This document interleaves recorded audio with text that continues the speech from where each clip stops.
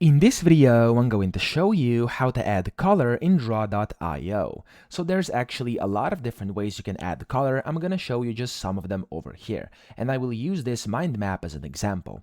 So first things first, what you can do when you just have your grid over here, you can go ahead and change its color by clicking over here on the diagram right hand side. And you can basically change the color of your grid to basically whatever you want, just like that, as you can see. And then you can also change your background if you want. So of course here you can put in just like a solid color image if you want to, which can also change the color of your background. And then you also have the option to actually use this background button, color button. You can click over here and then you can go ahead and change it to whatever you'd like, for example, like this. Now, you can go ahead and click on a specific object and you can, for example, change its fill color like that. So I'm going to make it yellow, apply, there we go. You can also change the line's color. So I'm going to make this line here blue, let's say.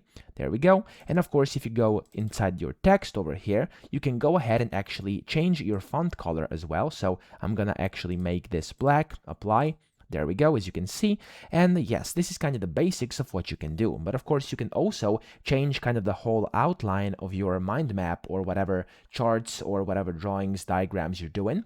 You can do that by going to Style at the right-hand side. And you can go ahead and basically just change colors that way. So as you can see, the colors are changing. You can even go to the second site and then just click on the one you would like, for example, this one, and your color will be adjusted. So that's pretty much how you add color in Draw.io. I hope this video helped you out. If it did, please subscribe to the channel and help me out as well.